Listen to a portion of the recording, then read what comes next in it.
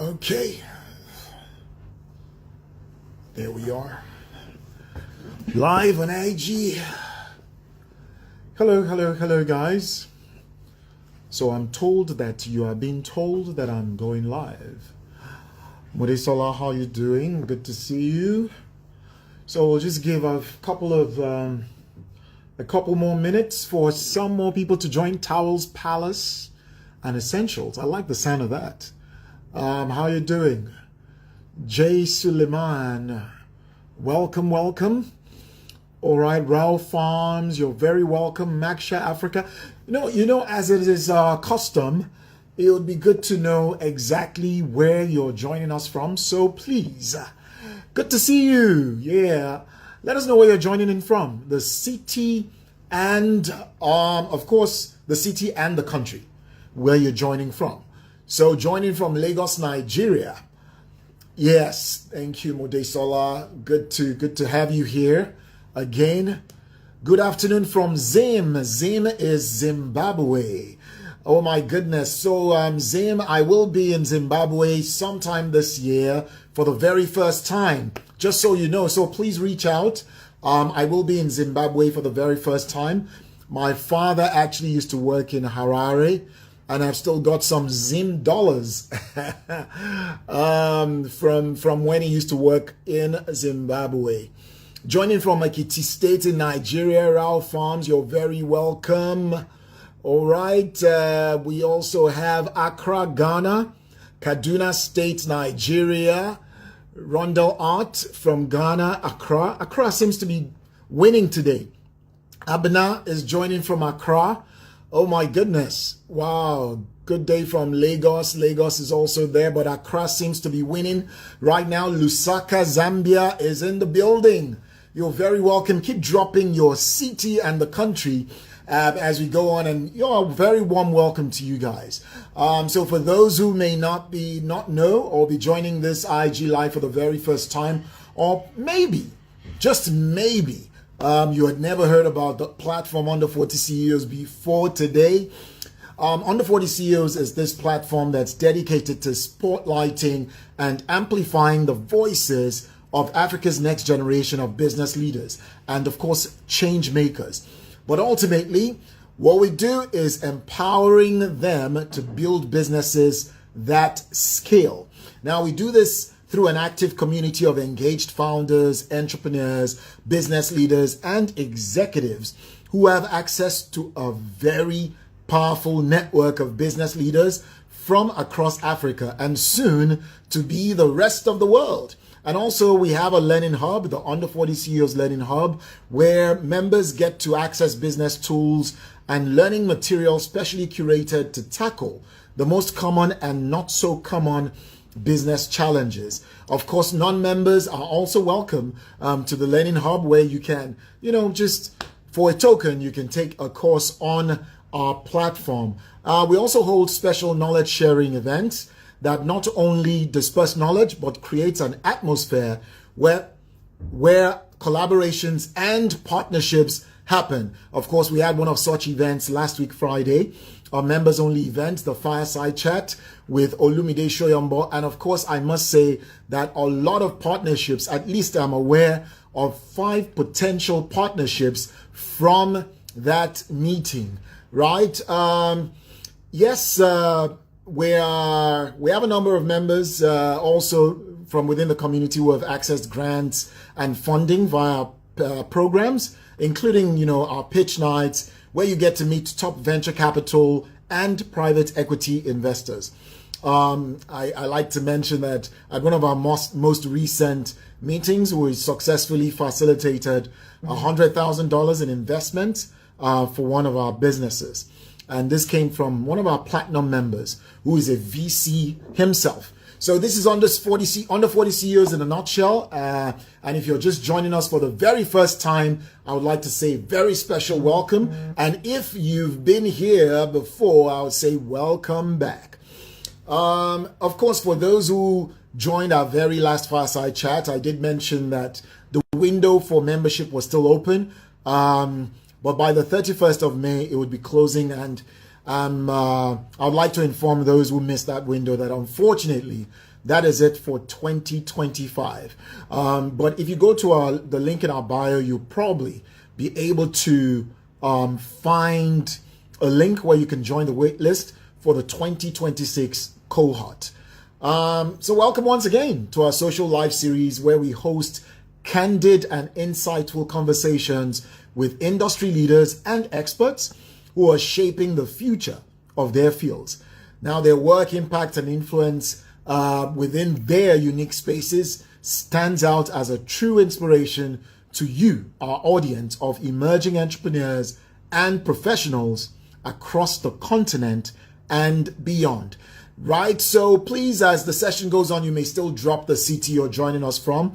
We have Lusaka, Zambia in the building. We have Zimbabwe in the building. We have Accra, Ghana, Lagos, Nigeria, Kaduna, Nigeria.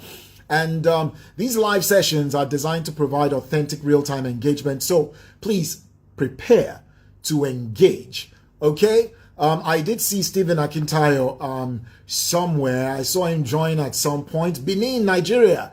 You're very welcome. And thank you for joining us. The Joy Iru Makamina, Niger State.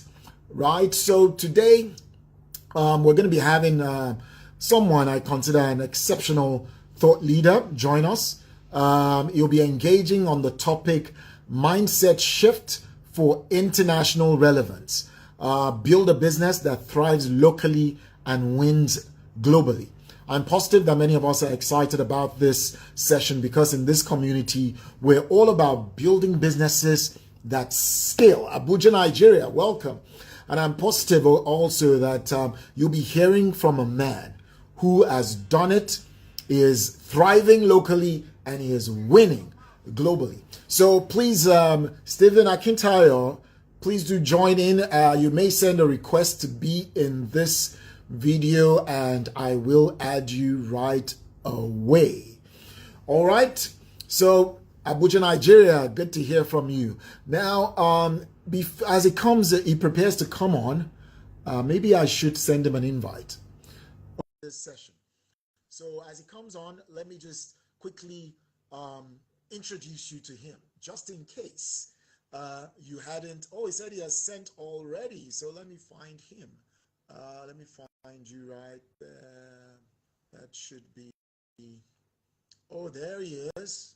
Go live with Stephen Akintayo. All right. Exciting. So we'll just wait.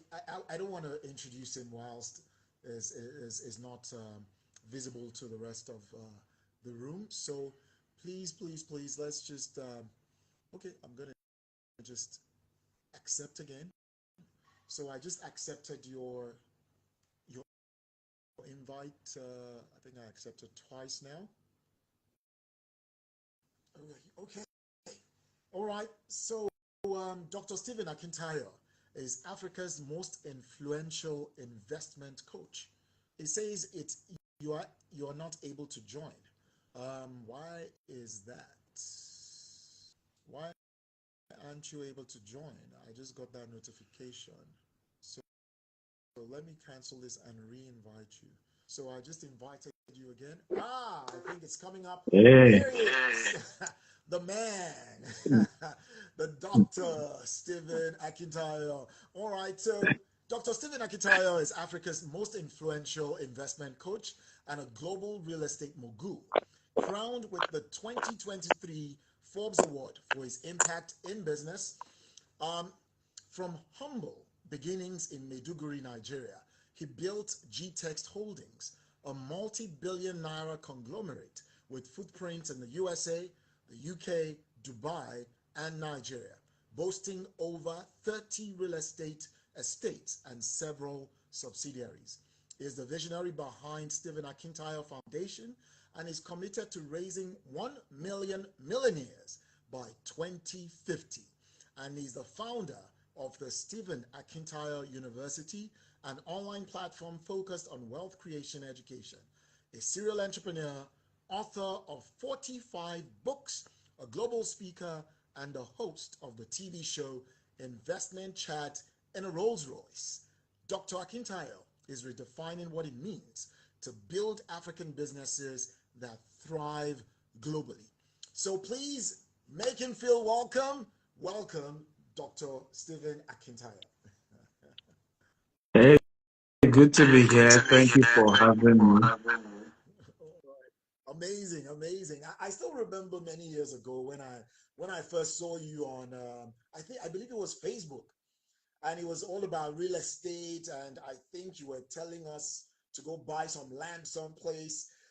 Very humble beginnings. So please do share. I know, just give us a snapshot of how humble those beginnings really were and how you were able to navigate to the First point of where all, you are thank you now. Just a snapshot.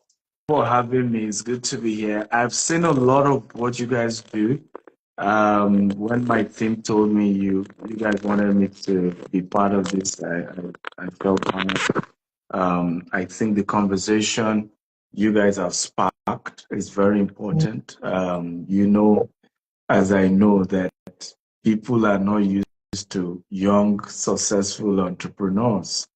We believe that people need to have gray hair, you know, or and it still haunts me till today. Sometimes when people get to, know how young I am, they get back into their, how did he make it so early?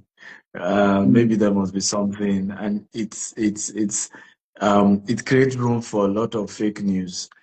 What you're doing is to help building wealth at such an early age. So I must commend what you do and say keep doing the job. Well done, well done. Thank you very much for that. My early Please go ahead. days we started so this year makes it 10 years in real estate. We started a business and registered business 17 years ago, but I started business way longer than that. But we started as a digital marketing firm, and it was 10 years ago we then evolved into real estate. And I still remember, just like yesterday, our first estate was a waterlogged land in Ikorodu. I took my then we're all building website, doing social media marketing. So I took them to this land. I still have that picture. All of them felt I was insane because here we were in charge of all presidential campaigns when it comes to email and SMS marketing. We're having clients like Chivita, EZ, Unilever, GT Bank. And so we're like, you could say a household name in digital marketing and email marketing, SMS marketing. So why will anybody in their right senses then change course and now say they want to do real estate, right? It just didn't make sense for my team. And if you even now say you want to do real estate, you start with a land full of water. It was so bad that we had to be pointing at trees, to say that's where our land starts from, because we didn't even have enough money to some field to where our land begins. So we're standing in our competitors' fronts of his own estate. They were pointing to trees to say that's where our land will start from. We come and invest. Don't worry, very soon we will some field, we'll be able to touch where the land starts from. So it was really, really insane. And then the land was as low as 750,000 naira per plot. Many were like, no. If I remember bringing one of my classmates to the site after inspection, I said, "Ma, will you, support me?" She looked at me and said, "Stephen, Omi Re now, Omi Re, Omi Re." Like, you can't tell me to buy water now. You can't tell me to buy water. Let's just say today now, that same land goes for over 25 million per plot. Is now built. It now even has a fence. And so I can imagine how she would have felt. Because if she bought that land that time at 750,000 per plot, imagine multiply 750 times over 25 million today. So that's how humble we started. It was doing the impossible with the available. We didn't have resources. Even 10 years later, we are yet to take any loan for our real estate business in Nigeria. Of course, internationally, yes, we work with institutional investors and partners. But in Nigeria, we are still very conservative with our growth so that it's a sustainable model. We don't want situation you take a loan on a land, the bank, you default, then the bank takes over that. And everyone else who had invested, the bank wouldn't even consider those people. And we've seen similar scenario. So it was that humble when we started. It didn't make sense because it was like living where you were already a household name, to come into a new field. But as they say, the rest is history. The rest is indeed history. And I like Shama's effect, I think that's his name, or Shama GH effect, where he says you're the only one that can see and interpret the vision. So basically, it's your job to see and then begin to interpret and communicate the vision. And this you've done excellently well. But you grew up in Maiduguri. And when we think of Maiduguri, I know what comes to mind, right? But today, you're receiving global recognition. What sort of internal shift had to happen for your reality to change so drastically? Wow, powerful question. I love your questions. Now I see why a lot of great people are on your platform. So I yes, Maiduguri, but as a teenager, we moved to a place called Jeba. Jeba is a town in Kwara State, and I did my secondary school there. And by GSS2, I then changed school from a government secondary school to a Christian private school.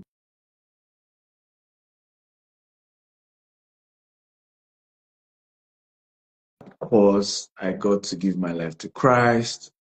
I then started reading books. The culture of reading books started.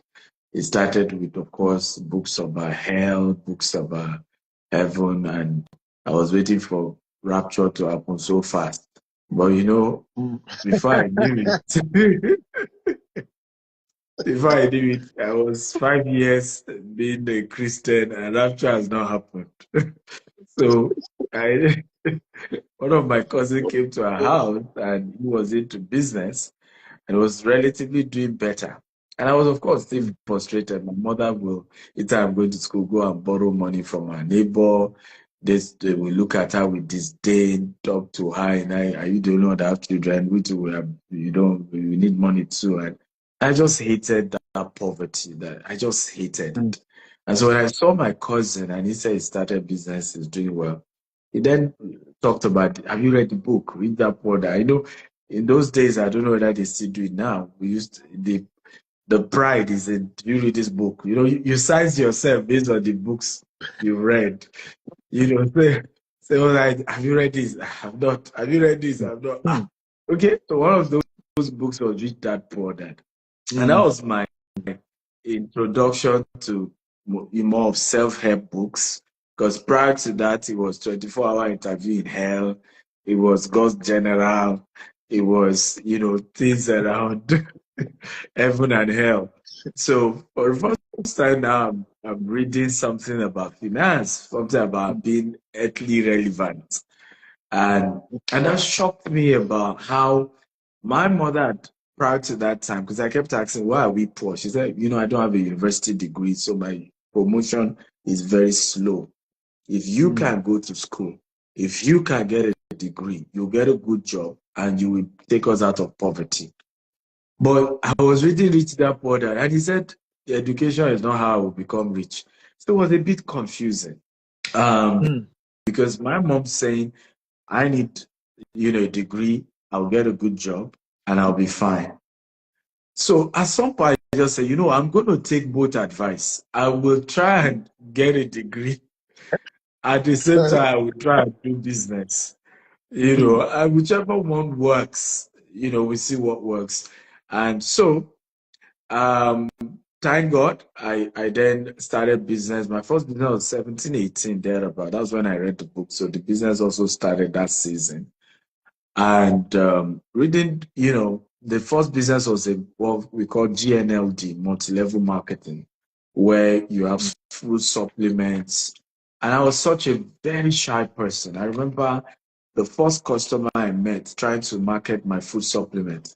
Let's assume this was the food supplement. I held it like this, and my face was this way because I wasn't bold enough to look at her eyeball to eyeball. I was saying, man, this is synthetic. It's not synthetic. It's good drug. It will help you. I was that shy.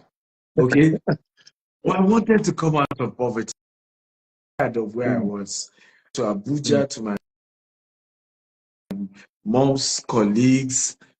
She works in NEPA then, now PACN or GEMCOs or whatever they are. So literally everywhere she knows somebody, I'll go there, market to their colleagues and all of that. It was tough. I was young, I was a teenager, I was shy, and some pitied me, patronized me, some didn't. But that was the first business. But I kept when I went to university at 18, even though I then did instead of 5 years, I continued the culture of running business. And that the rest, like they say, is history. But I think that's where the spark started, reading those books, yeah. Wow.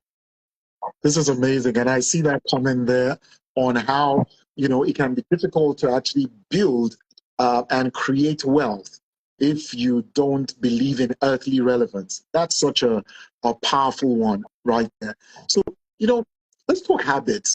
Like, what are those habits that you would recommend that African entrepreneurs, founders, business executives, what are those habits that they need to stop thinking like consumers and start thinking like global creators?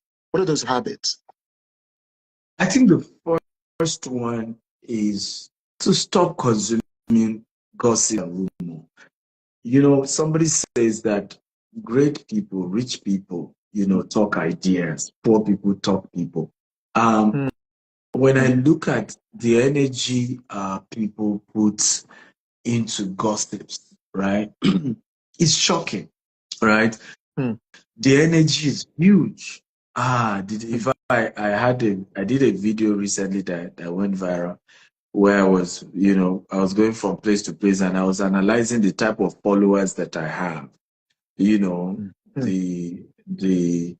rumor mongers, the haters, the defenders, and there are a lot of different people like that. And I think the challenge we face, particularly as people of color, when we see somebody doing well, like somebody said, a rich man is lucky, says a lazy man.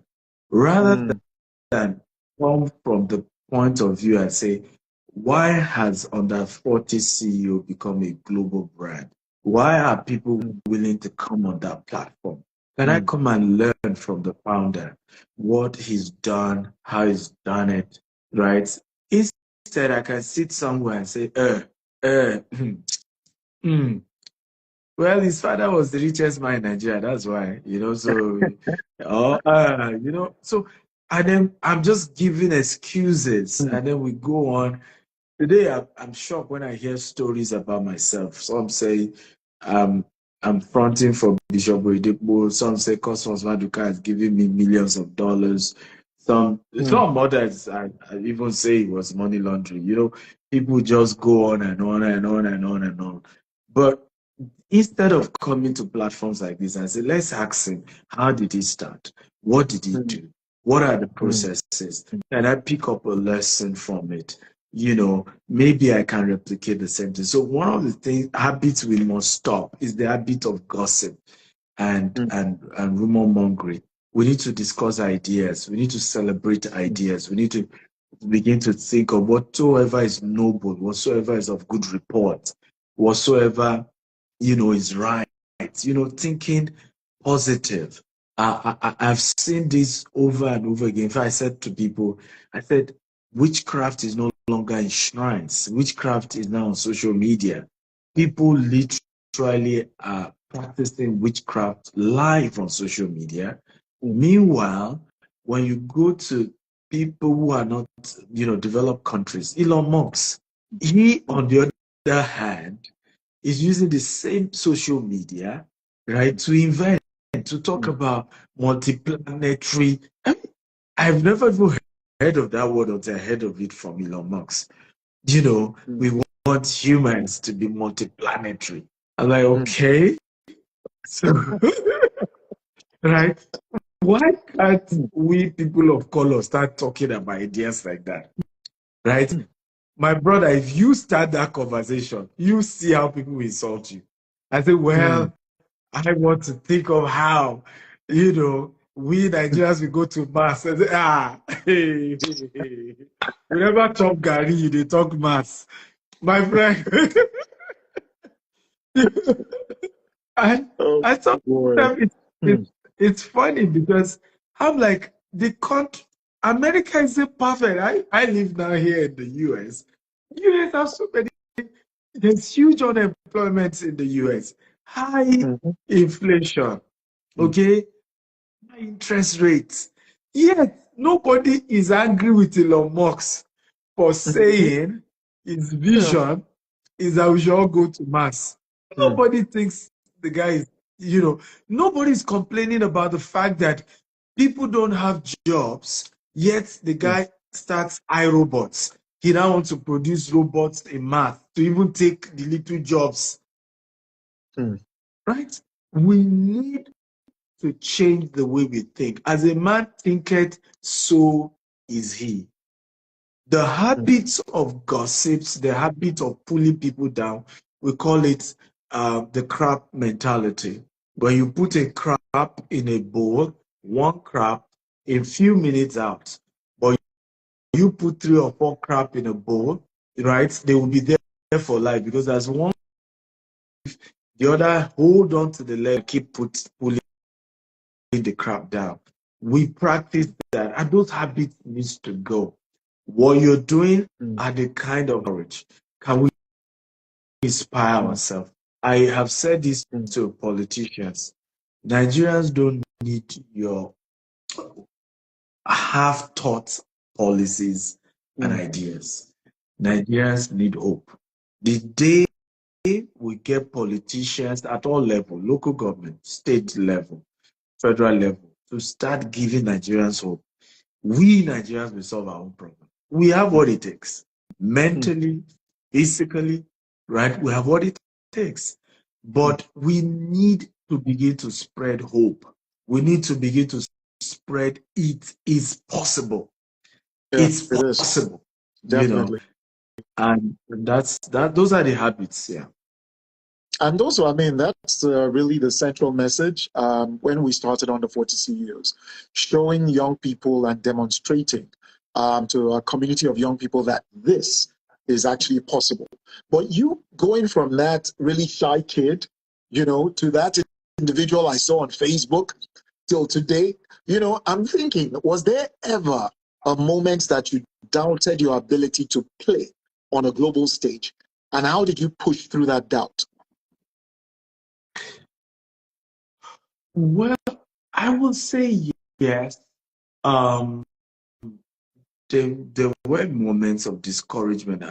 I'm not sure whether I would say it was a doubt whether I was going to play at global stage, but there were doubts about how possible, how soon, and I would say it's largely due to discouragement from people back home. I was still having this conversation with my PR my PR manager. She's my executive assistant, but she also handled my PR here. And she was telling me, she said, Dr. Stephen, we really need to change how we brand you now. I'm not sure we want to continue to brand you as a Nigerian. We want to brand you as Nigerian born, right? Because and she was saying to me, because she was raised here, she said, whether you like it or not, sometimes like your Nigerian heritage sometimes pulling you back. I went viral recently for my coaching program that was $20,000, and then my team posted on social media giving discount is $18,000. I see how, and at some point, I remember checking the comment section. Some of my clients who are not Nigerians were coming to say, I paid for Dr. Steve. I'm happy with him. You need to see how they descended on some of them. Oh, how much did he pay you to come and type this? Really? Right? How much did he pay you to come and comment and say this? You know, and so, you know, she was just saying that we need to totally repackage it, because else where you're coming from is still going to be dragging you. You know, here in America, charging $20,000 for coaching is even one of the lowest. Even my Go, who is also an African American, mentorship is $250,000, and he's not even playing with you, right? For you to be in that category. I attend Grant Cardon's 3-day conferences, $25,000. But you see, because you're coming from Nigeria, anytime you post, the huge Nigerian followers feel that they are the only people that exist. Like, he's charging poor people $18,000. Poor people, we poor people. So I've faced that challenge all through my entrepreneurial career. And I think that is my biggest concern, is that, you know, you keep saying, hey, you're growing this brand as a global guy, right? When I get out of Nigeria, the way I've celebrated, you know, my colleagues at Harvard, you need to see how they're like, he's famous. He's all over. You know, even when I buy properties here, some of them go research about me. They say, oh, he's in Dubai, he's in Nigeria, he's a big entrepreneur. When I go to Nigeria, I say, who is he? Is he like Dangote? Is Dangote charging for coaching? I'm like, why will you compare me with somebody that is old enough to be my father? Like, I don't even understand. Oh my goodness! So for me, I that mean, has been the aspect to my journey that's been frustrating. Is that you see your Nigerian people keep dragging you back to. We know you when you were struggling, when you were in Songwater. yeah. Now you're trying to play like you are one global guy, my friend. But So hey, dragging you back to a point where you start to maybe even doubt yourself, right?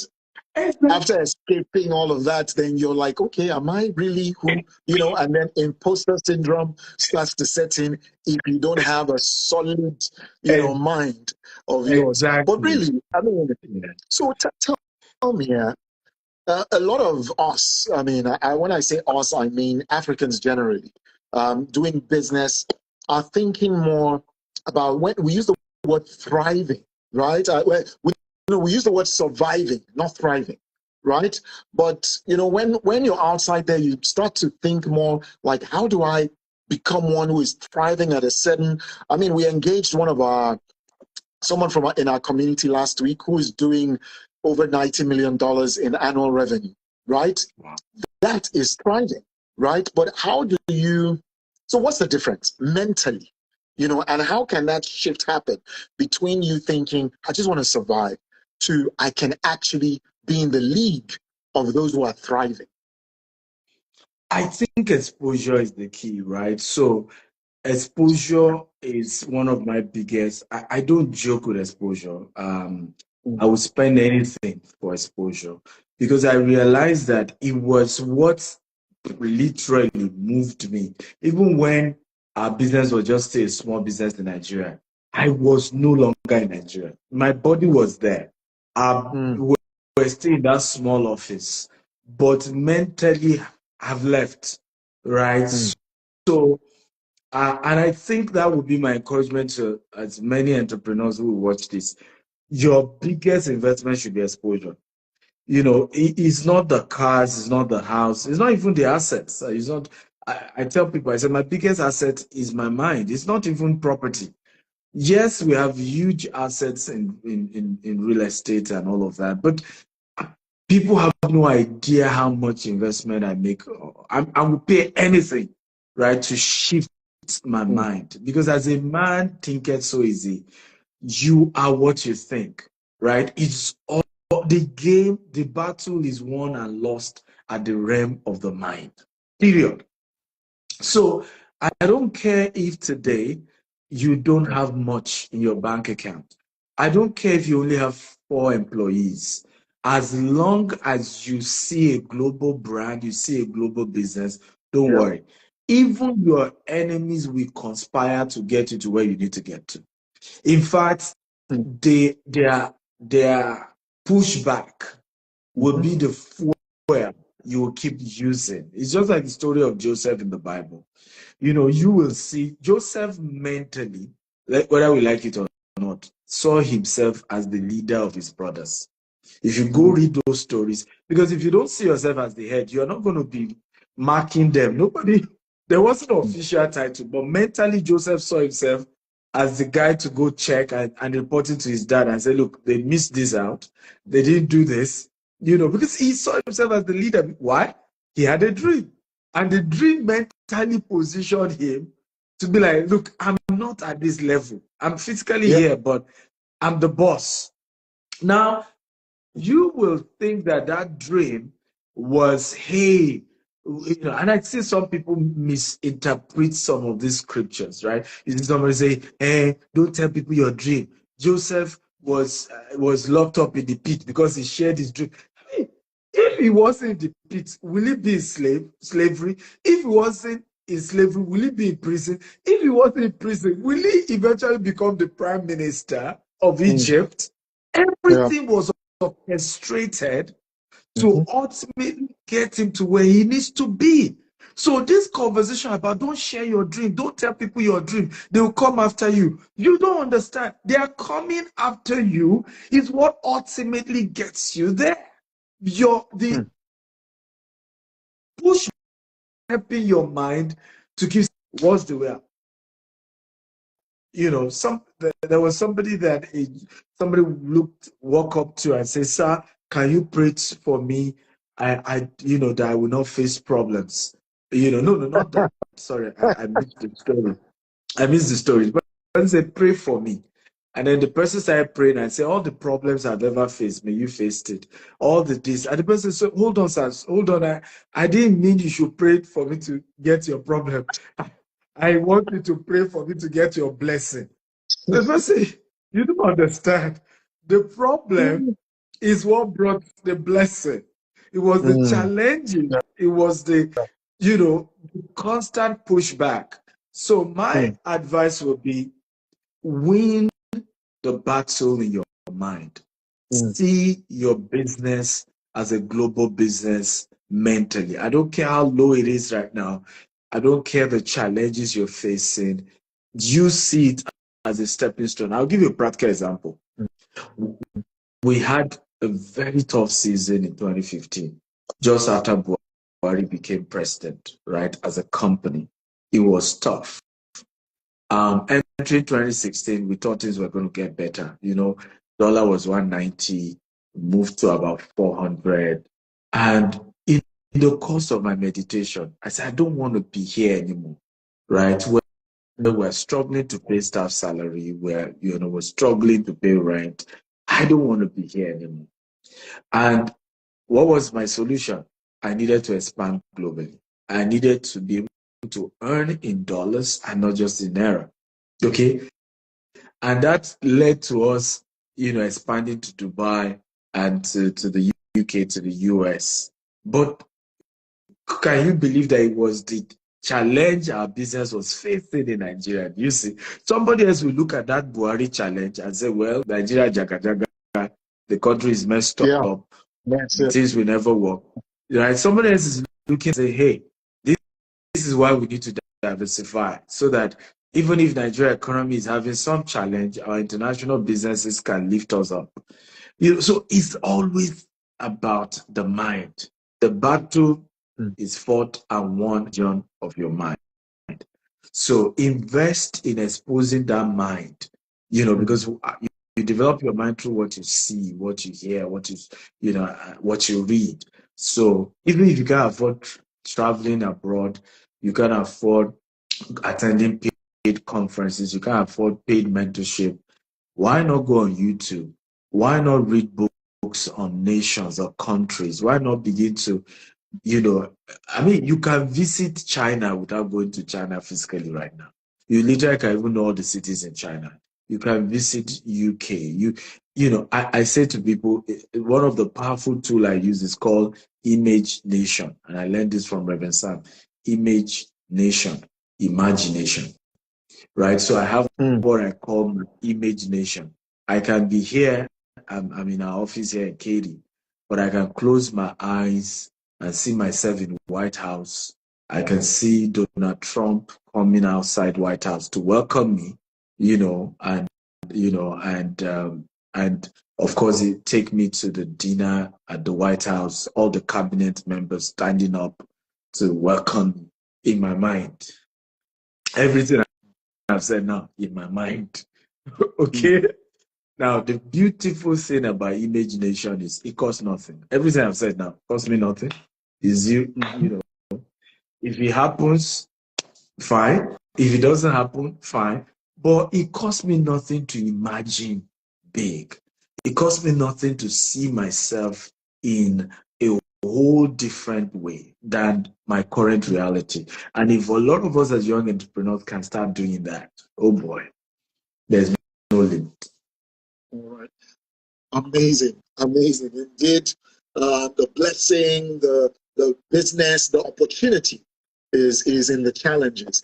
And talking about challenges, right? There's one challenge that I've encountered multiple times, having run businesses across countries, right?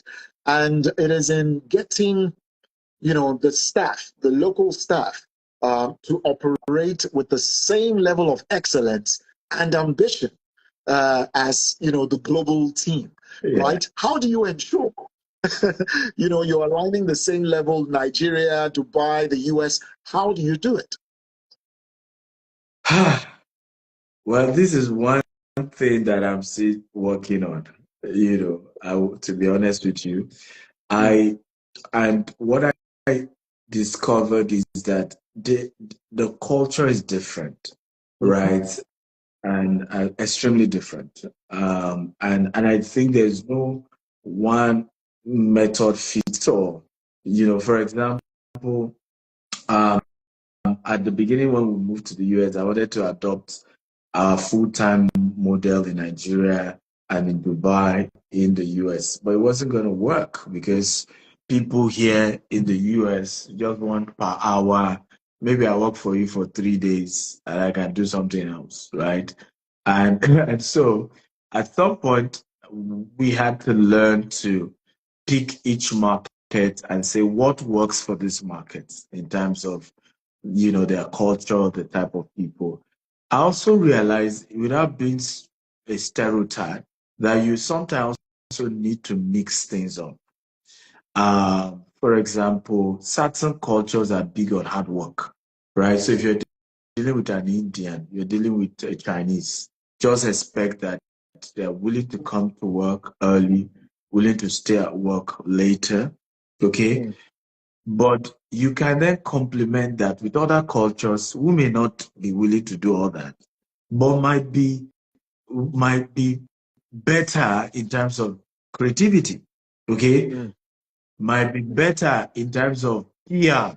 The day you need somebody to address the press, to do media, to do social media or whatever, they may be better in that area. So sometimes you may need to just mix the team.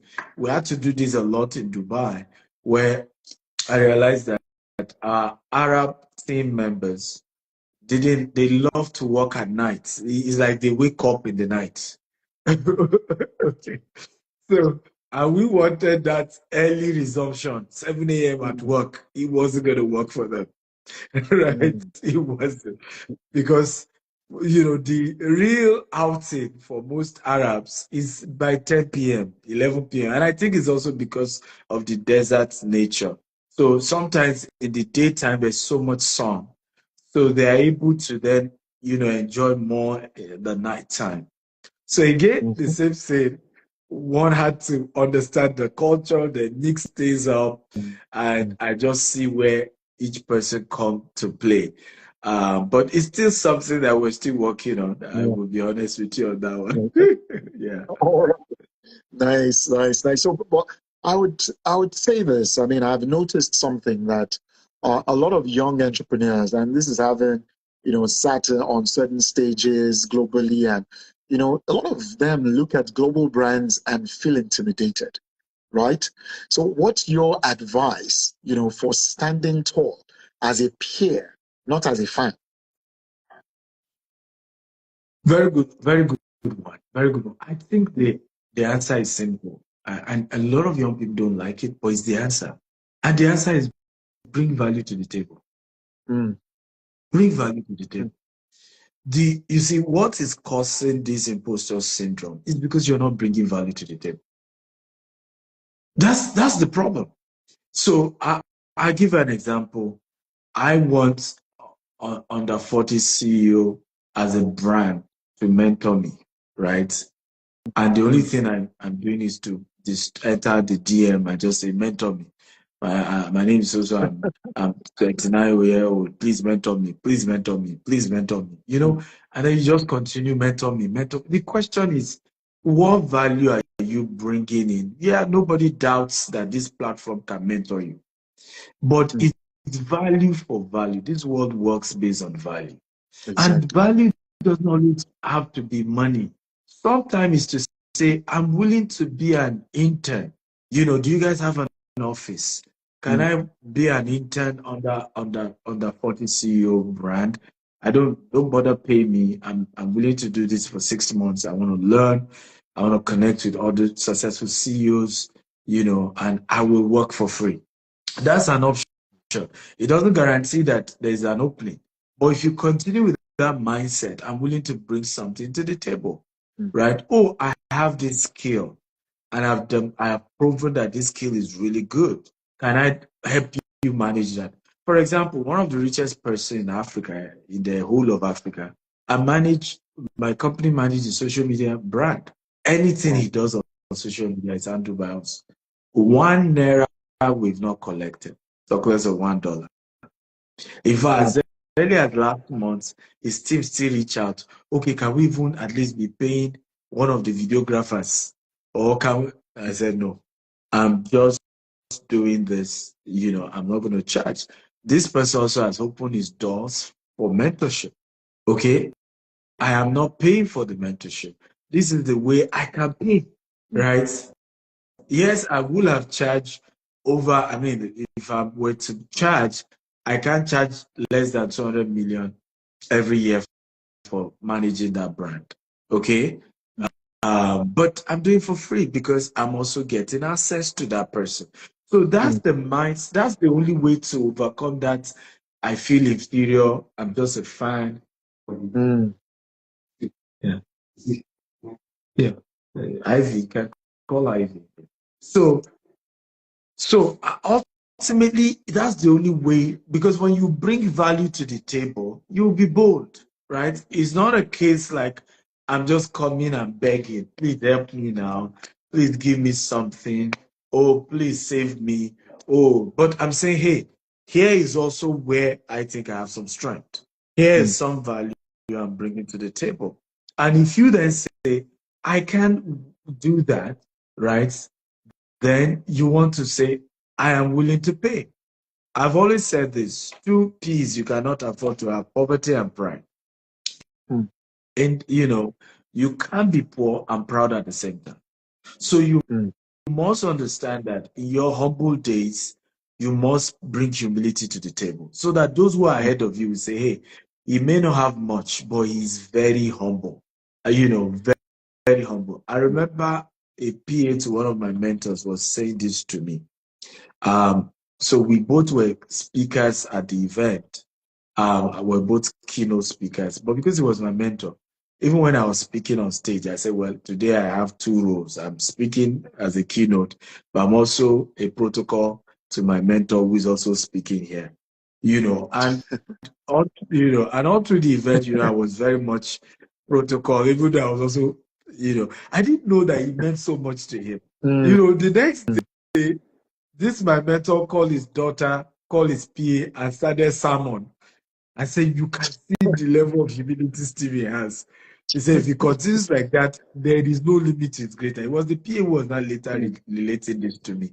So that should be the attitude. But this generation of young people, right? We think that, because as much as they say, yeah, being fans, some think that boldness equals to being rude and arrogant. Okay? And not respecting and acknowledging that this person is ahead of me. And as much as I want us to play, I want some dignity in the relationship. It's not by faking equality. You can't fake equality. If somebody's ahead of you, they're ahead of you. There's no two ways around it, right? But we can build relationship on mutual respect that even though I'm a younger entrepreneur, even though I'm not as big as these people, I can be respected, I can be treated with dignity, but the solution to that is bring value to the table. I'll wrap up with this. Every of my mentors in business are way richer than I do, and they were way bigger than I do. But guess one of the things I do? When I host them to speak for me, I pay them. Okay? And they laugh. Because obviously what I'm even paying does not make sense. Okay? Right? But over time, they get to understand what the game is about. I'm saying I'm not taking it for granted, right? I'm not, the fact that you are willing to come on my platform, you are willing to share. I don't want it to look like I'm just extracting, I'm just taking. What I paid cannot cover what you've done. Okay? But it's just me saying thank you. It's just me saying I'm not taking it for granted. And I think those are the mindsets young people need to have. Because I've had people where some of my mentors where people start disturbing them, they want them to speak. And they will not tell those people, say, you know what, go and talk to Stephen. If I've had a mentor who now called me his manager, and I'm like, when did you become manager? When did the person reach out to me? I said, I'm not his manager. But I know what happened there. You wanted him to come and speak for you in Abuja. Do you see now? You did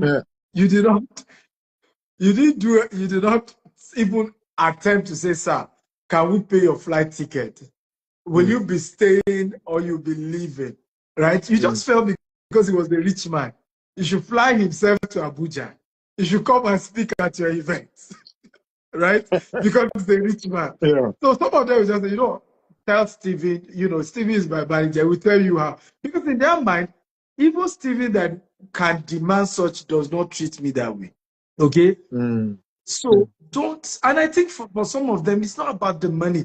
It's just, I just want to also be treated like I am adding value rather than just think you want to take what I know for free.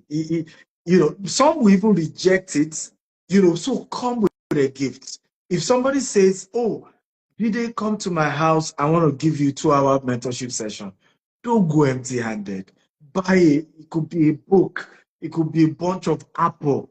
It could be a portrait. Go with something. The gift of a man, make room for him. That room is not talent. That gift in that scripture is not talent. It's physical gift. And if you can operate at that level, I promise you, even when you call some of them mentor, they will say, no, you are my friend. Right? Even when you say, you say, no, we are colleagues. They will be the one to say, we are sitting on the same table. Because of the level of humility, because of your approach, and that's my experience. Wow, that is quite powerful, very powerful. Our time is far spent, but I need, if there's anyone who has questions for Dr. Stephen right now, please quickly drop it in the comment section, and I'm sure he would attend to it pretty quickly before he goes. I know people are looking for you. I get a sense they're looking for you. So tell me, what's one local strategy that failed internationally? And what did you learn from that failure? I prize it. If I was still discussing this at my Harvard program, one of our professors was sharing with us that he's had to ask a lot of these private equity firm owners who have been able to transform businesses to say, across all the businesses you bought and you turn around, what is the one common thing that you tweak when you bought that business that allowed you to turn it around? And according to one of our professors, pricing was the key thing, virtually all of them said. Okay. A lot of times, many of us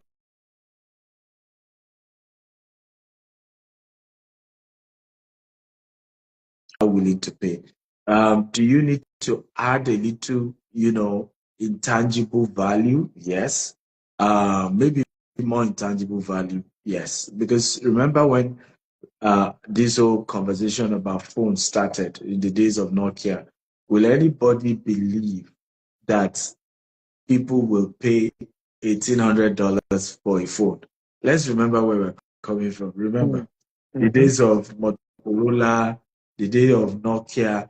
I remember when Apple came out, Apple was the most expensive. Today, Apple is now a consumer product, but with a premium brand and the premium feel. Okay, right? Exactly. Yeah, there are over 1 billion iPhones on per day, and that's already a consumer product. If you have 1 billion of it, 1 billion customer, you're already Bobo kind of business, right? But yet they give you that feel through, of course, the iOS. That, oh, I can download the best apps. But how much is it costing them to maintain iOS? It's just a marketplace they created. How much does it cost them to maintain Apple, even the iWatch, Apple movies, a few other intangible benefits that's just been thrown here and there. So I will say that when you have this mindset of, I must be the cheapest to really create value, I must be the cheapest to dominate the market, I must be the cheapest, to have a successful business. I think, particularly when you then move into another country and you have that mindset, it is the biggest reason for failure. For example, I never believed in my lifetime too. So I understand those who were really complaining that my premium coaching program for entrepreneurs was too expensive.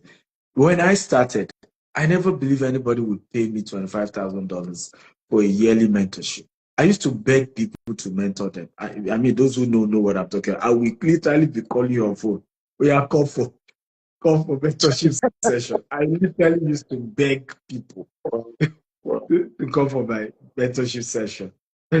But when I then started having international exposure, I realized that the way I price in Nigeria, if I price like that in US or UK, I mean, my business is dead. So I need to price a lot higher.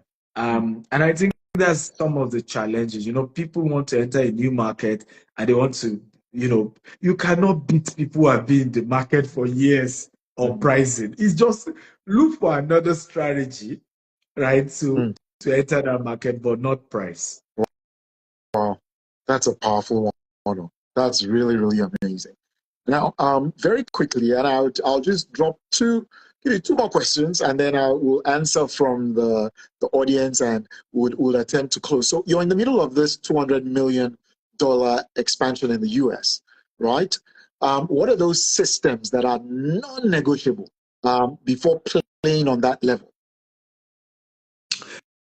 Is access to institutional investors. You can't do $200 million with your own private funds. You have to get institutional investors. One of the advantages that we already have 70% of that $200 million ready from institutional investors. So we just need to raise our own 30% of that money. And of course, those who know that it's been tough is one of the biggest, so it's my part that had to go through tough time, but not the institutional investors. So you need institutional investment because usually the challenge is we bootstrap our businesses. Most of us who are people of color, particularly back home in Nigeria, we're bootstrapping. As you sell, you spend. As you sell, you spend. You know, of course, there are a lot of these tech guys who are now doing fundraising and all that. But majority, if you look at most African businesses, they're bootstrapping these businesses. The founders are bootstrapping. They don't have any investor. Some are having struggle to even get bank loans, right? So once you want to scale, then institutional investors come to play, right? And this then leads to why you then must be intentional about building network with people at certain level. Because $200 million is small money for some people. Of course. Right? It sounds big for some other people. But back at home, once it becomes dollar, you change it to naira, everything busts. And then you process it. Everything busts. You know. But for some people, even when you say $200 million, they're laughing like, oh, that's small money. I remember one of the very shocking things. I just finished. I'm doing a, like an executive MBA with Harvard University, and it's called OPM, Owners President Management Program. We're 184 people from different countries of the world. Now, in my living room, we're 8 of us, so we kind of live together. We share living room together. We have each of us our just like your Tinker hostel. Each of us have our private rooms. And in my living room, just among 8 of us, one of us sold his business for $1.5 billion. The other sold his business for $500 million. Like everybody there, when they were introducing themselves, what they are doing, I'm like, okay. This is the room you need to be in. This is where you need to be. Because once you go back, and we don't know that Nigeria has a way of shrinking our dreams. Because the little you've achieved, people make it look like you've done what nobody has done. And you must, and I say this to entrepreneurs, put yourself in the room where you become small. Because if you're not careful, you play this Nigerian game, everybody is entering your head. You know, even if you're in diaspora, you need to mix with other race outside of your race. Mix. Else, your vision will be shrinked, right? Because I guess what was funny, some of the guys who pitched their ideas, right there, they were having somebody say, oh, I'll give you $100,000. I'll give you $1 million. I'll give you. Some people were already raising $10 million in class from classmates. Right? So I remember saying to myself, I did not prepare well. If I know that this is, I would have come to raise money. Brought several pitches to the room. Exactly. So that will raise money. So if you're ready to play at that level, one, institutional investors. Number two is change your room. Enter a room where people can dash you $100,000 knowing that they can lose it. They are not bothered. You know, one of my room, living roommates were asking him, he said, oh, I typically invest in businesses, you know, the average of how much? $100,000. So how many have you invested? So I've done like 30, you know, whether they work or not, I'm just spreading my seed. If you do this back at home, somebody will give you $5,000. Nothing must happen to that $5,000.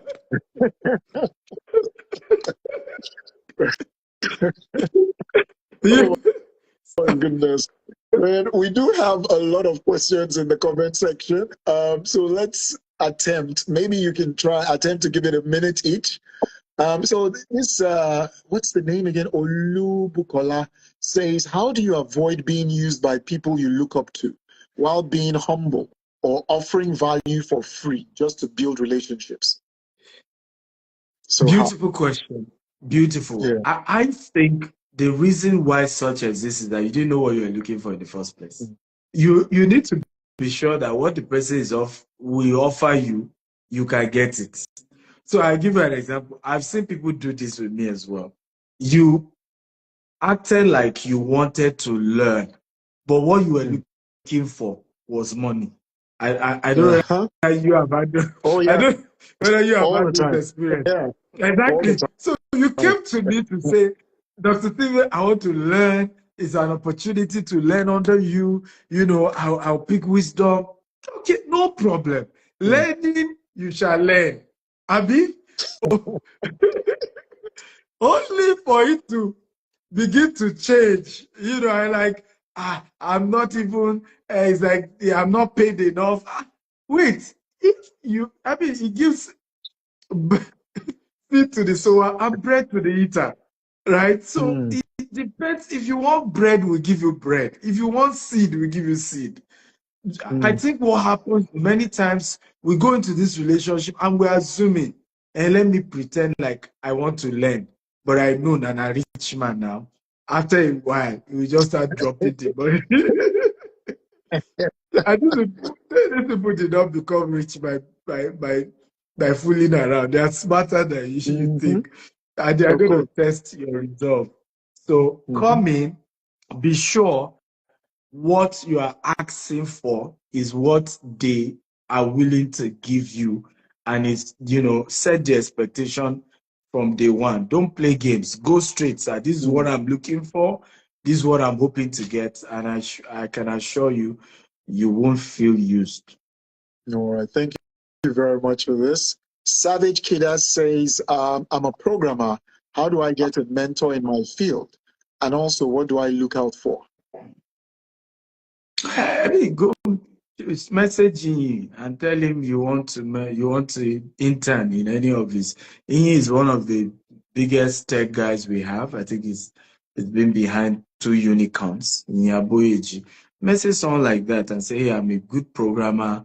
I don't know any of your work you're doing. I'm willing to code, for free in exchange to have some access to you. I want to learn how you've been able to, start these tech companies and, grow them and scale them. Again, just be transparent. The problem is sometimes we're not as transparent, from day one, so that the people Mm. also know what you're asking for. Can they provide it, Mm. right? So look for people. You don't need to have known them. Just shoot Yeah. your shot. Follow Mm. them.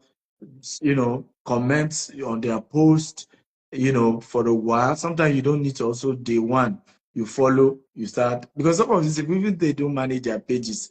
I, for example, have 4 social media managers, but I check regularly, right? So there are people I just notice this person has been consistent in commenting on my page, Mm. right? So, and sometimes it may take 6 months before I notice the person. It may take 3 months before I sense the consistency. And such person requests may be prioritized than somebody I have not sensed that they've been engaging and they just start making requests. So these are little ways you can, but approach people. Social media is a leveler, right? Is a major leveler, particularly on LinkedIn, on Instagram, Twitter, and Facebook. Because it can be sometimes, so some top entrepreneurs don't even want to play there because of it can be a bit too much of dragging and trollers there. But I think Mm. a lot more entrepreneurs are comfortable with LinkedIn and Instagram. So follow them, comment on their page, and at some point you see the opportunity, shoot your shot. Mm. All right. Thank you very much. And of course, multi-millionaire, I believe, or he says is Millionaire Mufta. That's his name. Says, thanks, Dr. Stephen. How do we manage where you do not align with a mentor? Maybe your option makes more sense to you. Sorry. How do you manage such a situation that the mentor does not feel? So I think it's talking about mentor alignment, you know? So how, if the mentor is not aligned to you, I would say a millionaire move to then seek another mentor. That's straight up just seek out somebody else who is more aligned to your interests. So let me move on to Irefodosi. It says, good day, sir. Thanks a lot for this rare privilege. And yes, indeed, it is a rare privilege. Thank you, Dr. Akintayo. I wish to know how one can set into a start a service-based business on a global scale. I wish to know the first step. Thanks. I think I'll leave that for you. you? Service-based Yeah. businesses are very easy to scale. It's a service. Once you can leverage your technology, you have a mobile app. Now AI makes it a lot easier. It's easy for you, for example, to have a marketplace for hotels and scale it into 20 countries without even stepping foot into those countries, right? Because it's a service, right? So it's all about leveraging on technology. It's all about payment gateways. It's all about having right partners. I don't think those are complex things, right? Because I'll give you an example. Facebook was in Nigeria before they have an office in Nigeria. Google was in Nigeria before they have an office in Nigeria. Exactly. Twitter and all of them. Because it's a service base. So it's just the technology and trying to customize each of the experiences in those countries to kind of relate to the local market in those countries. I want to also add to the guy talking about mentor alignment. Mentors are not perfect. There's no perfect mentor. And that's why I advise that you should have mentors for specific aspect of life. I've had business mentors who are some of the worst relational people. I can't even take any of their one relationship advice because they've wrecked their marriage. But they are good with business. And I go to them to learn about business. I've met, relationship mentors or marital mentors who can help you with marriage, but they know jack about money, right? They are so bad with managing money. So I'm not going to go to them for money advice. So no perfect mentor. And if you're looking for this perfect mentor, is the problem. Because people come in with this mentality of human beings are perfect. There is no perfect human beings.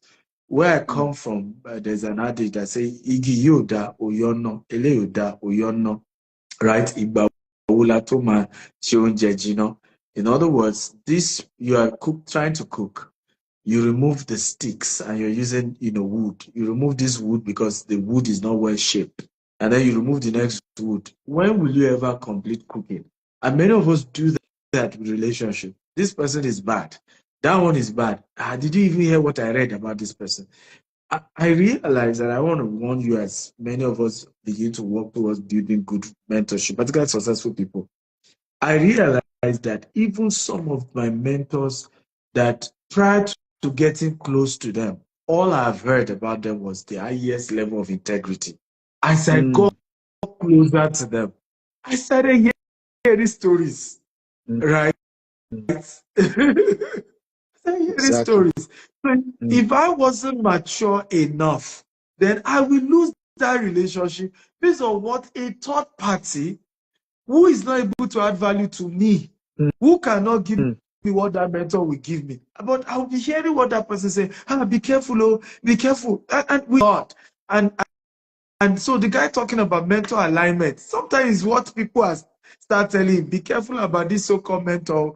I notice you are with this person. Yes, I'm wrapping up. No problem. I'm wrapping up. I'm wrapping up. So there's a lot to do. So it's important to understand that a perfect mentor, make sure that you come in with respect, with honor. Here's the word, and I'll leave you guys with this word. Somebody says, if you are lucky to hold your mentor's hand, please don't smell his armpits. I leave you with that African proverb. Wow. Wow, don't smell his outfit. Goodness gracious. All right. So I'll just ask one final question to wrap up, right? And please, Dr. Stephen, I want to make a request, right? Your video is up. A very quick request. People still, we had a lot of questions from the community for you. We haven't even gone halfway, right? So would you please reply or respond to the questions if we drop them in the comment after this video is posted? We'll just make sure we tag you. I'll try my best. Really just make me a collaborator as well. Make me a collaborator so that my fans can see it as well. Okay, yes, beautiful. Definitely we will. So last and final question. If your entire business disappeared today, but your mindset, of course, unshaken. What's the first strategic move that you'd make to rise again globally? I will organize a press conference and tell the whole world I lost my business, but I'm starting afresh. And this one I'm starting afresh is a banger. And you'll be foolish not to invest in the new one. Yeah. Wow, that's amazing. Thank you very much for this. I mean, and then I it's will difficult. also write. Yes. I will also write a book on how I lost and how I'm now going higher. That's it. Probably write a book about this one. Yeah, I would probably tag that title that book from $500 million valuation to zero, or steps to take to lose it all. Thank you. I will, because I'm not going to leave it at the lowest point. So I will put from 500 million valuation to zero, and now to 5 billion soon. To 5 billion. How I did it. Yeah. Yes. And thank you so very much. A lot of nuggets dropped today, a lot of learnings from here. I mean, this is a masterclass in itself, and we know how busy you are. And so thank you so very much for joining us and agreeing to take this time out. We really do appreciate it. To everyone who's joined in, thank you for staying through to the very end. I know you don't want it to end. They don't want it to end, I can tell. They don't. So thank you to